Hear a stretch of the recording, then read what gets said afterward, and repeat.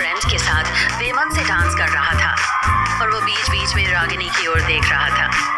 पहले तो आरव का मन लड़कियों के साथ नाचने गाने और उनके साथ टाइम स्पेंड करने से भर जाता था, लेकिन न जाने क्यों आज उसका सारा ध्यान रागिनी के ऊपर लगा हुआ था। आज वो रागिनी की खूबसूरती देखकर दंग रह गया। इससे पहले उसने रागिनी को सिर्फ सिंपल से सलवार सूट में ही देखा था, लेकिन आज डार्क ग्रीन कलर की साड़ी में उसका रूप अलग ही निखर कर आ रहा था। अभी तो यहीं थी, कहाँ चली गई अचानक से? आरव ने अपनी नजरें इधर उधर फेरते हुए मन ही मन सवाल किया। उधर रागिनी अभी उन लड़कों से बचकर पार्टी से बाहर जाने की कोशिश कर रही थी। ओए रुको ना, 1 मिनट। झट से एक लड़का रागिनी के सामने आकर खड़ा हो गया। जी। रागिनी ने उस लड़की की ओर देखते हुए कहा। वो सहमी नजरों से उसे देख रही थी। तुम बार में डांस करती हो ना? अब तक बाकी के दोनों लड़के भी रागिनी के सामने आकर खड़े हो गए। हाँ, नहीं तो। रागिनी ने अपना सिर हिलाते हुए जवाब दिया। अरे झूठ क्यों बोल रही हो?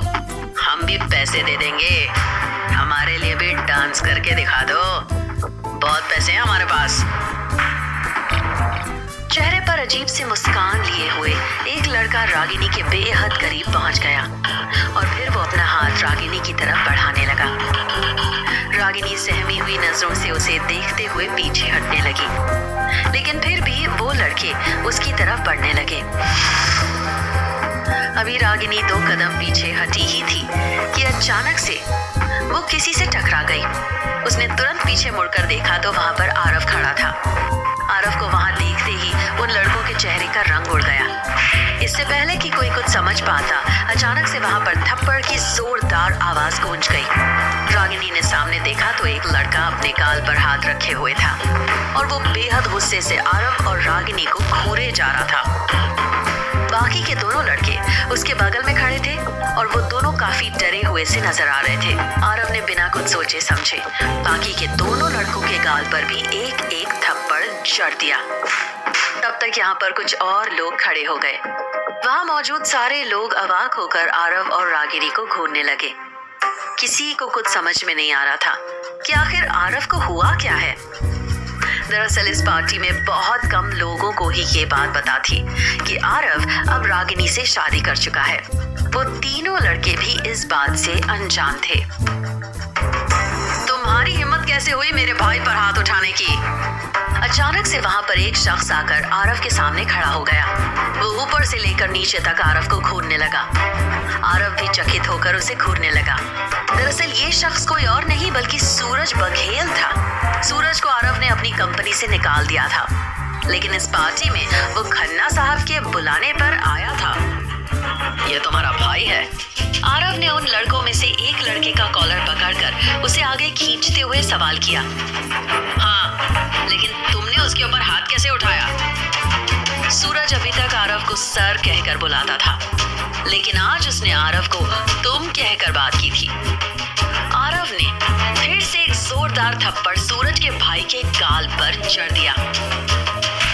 इसको तुमने इतनी भी तमीज नहीं सिखाई कि किसी के भी साथ जबरदस्ती नहीं करनी चाहिए? आरव ने सूरज को गुस्से से घूरते हुए कहा और फिर अगले ही पल उसके भाई के मुंह पर दूसरा तमाचा भी जड़ दिया। पार्टी में सबके सामने अपने भाई को आरव के सामने पिटते देख सूरज आग बबूला हो उठा। वो चाहकर भी आरव को कुछ नहीं कह सका।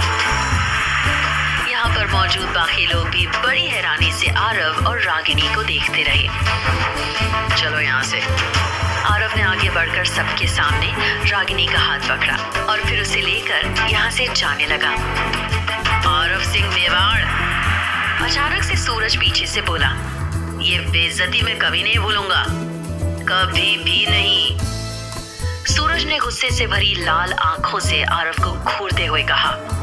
आरव ने पीछे मुड़कर एक नजर सूरज को देखा और फिर वो बिना कुछ कहे वहां से निकल गया।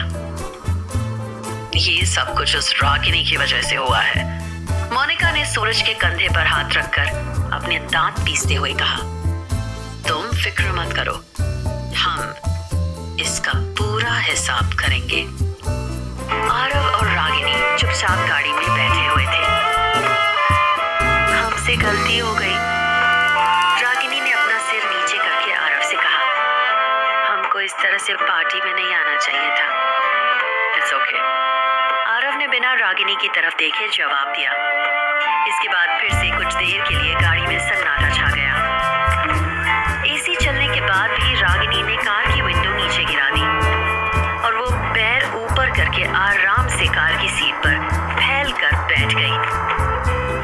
रागिनी ने जब आरव की तरफ देखा तो वो गुस्से से उसे घूर रहा था। रागिनी ने तुरंत विंडो बंद की और झट से अपने पैर नीचे कर लिए। तुम्हारा पहनावा तो श्वेता ने सुधार दिया, लेकिन अब मैं तुम्हारी इन हरकतों का क्या करूं? सच ही कहते हैं दादाजी कि इंसान को ऊपर से चाहे जितना बदल लो, लेकिन उसकी शख्सियत कभी नहीं बदलती। आरव ने गहरी सांस छोड़ते हुए कहा। आरव रागिनी को लेकर होटल पहुंचा। वहां पर रागिनी को छोड़ने के बाद वो वहां से वापस अपने घर के लिए निकल गया।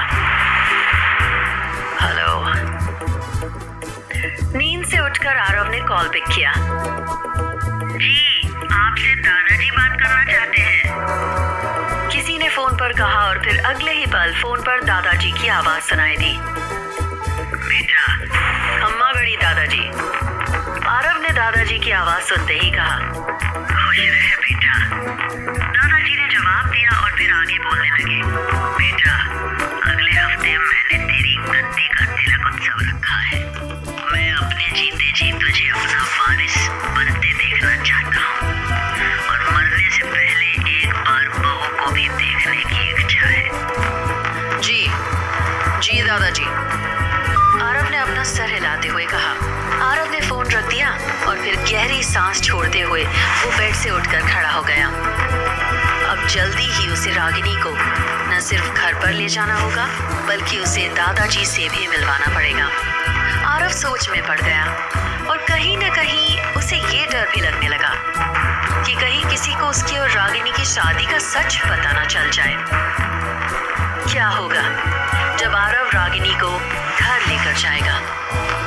क्या उनके कॉन्ट्रैक्ट मैरिज का सच सबसे छिप पाएगा या खुलेगा इस झूठी शादी का राज?